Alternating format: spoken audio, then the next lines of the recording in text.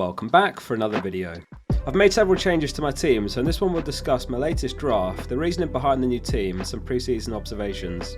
I highly recommend my video from Monday on the pre-season form players. All teams were covered and also touched on tactics, results and some potential bargains. That video will be on screen at the end if you missed it.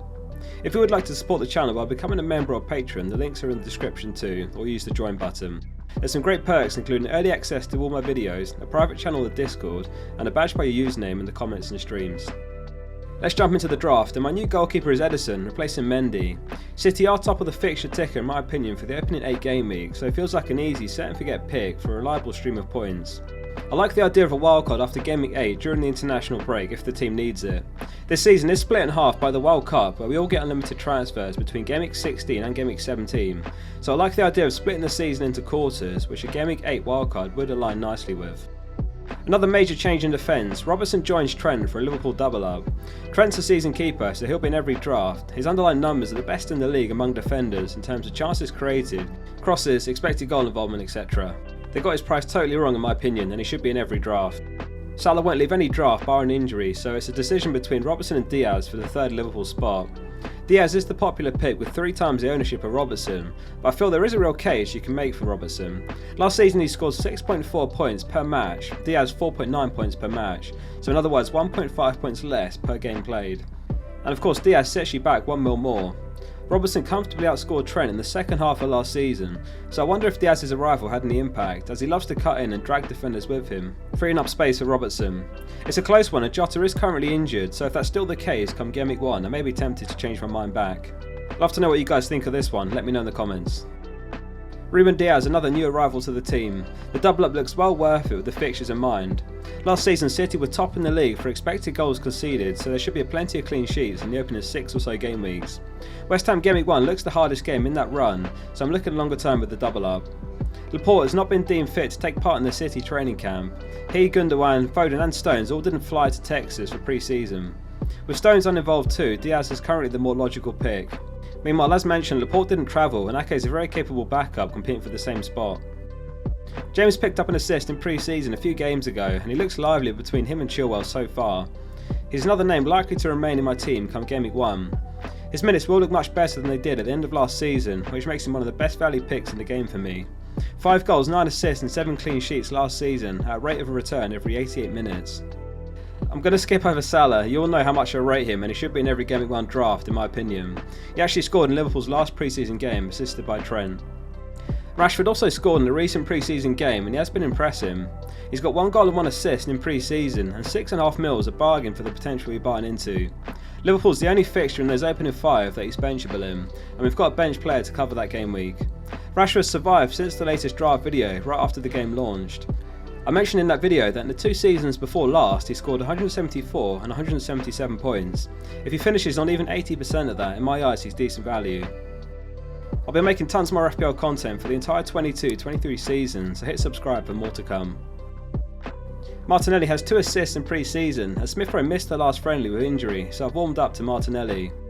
I do feel that this will be a big season for the Brazilian, and with their opening fixtures he's a great pick.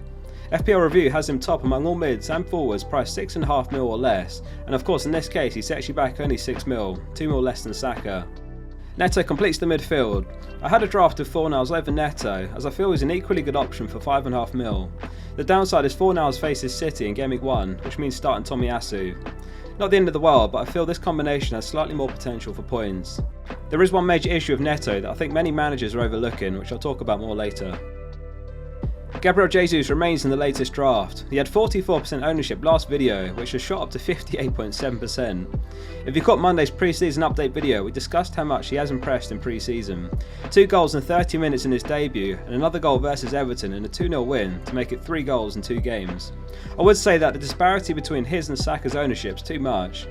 Saka's at 16% ownership, less than a third of Jesus. It partly boils down to the lack of forwards, but also it's a perfect storm of an exciting new signing and impressing in pre-season.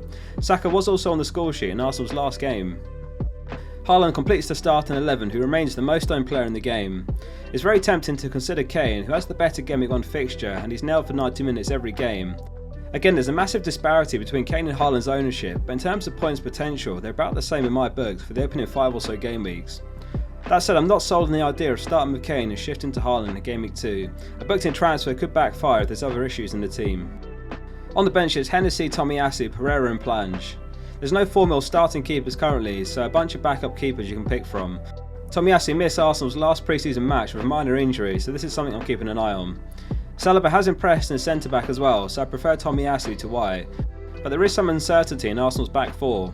With the expected arrival of Zinchenko, we could also see him at starting in left back come Game Week 1, with Tierney, another one currently carrying an injury, picked up in a recent friendly.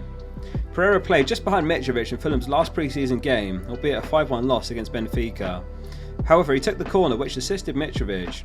He looks a real gem among the 4.5mm mids, and possibly even one you could start in Game Week 3. Plange is unlikely to get any minutes, but he scored a hat-trick in a recent pre-season friendly for Palace, so we've chucked him in.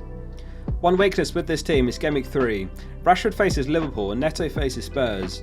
Tomiyasu can rotate in for one of them for the Bournemouth game, but it potentially means starting Pereira too, as I'm not confident in either Rashford or Neto getting anything that week.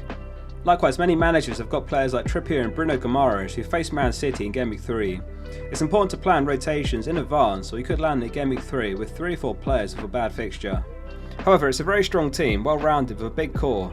If you look at the starting 11, Ederson, Trent, Robertson, Diaz, James, Salah, Jesus and Haaland could all be staple players. Therefore, Rashford, Martinelli and Neto are the 3 potential areas that could be shuffled in the opening weeks. No Perisic currently. He's not featured in any pre-season games with an injury or trained yet. He could still make his way into my Game Week 1 team if he's expected to start the Southampton game. Thanks for watching today's video and all the support in pre-season so far. If you have found this one useful, please hit subscribe. I will be making FPL content all season, so there's lots more to come. See you soon for the next one.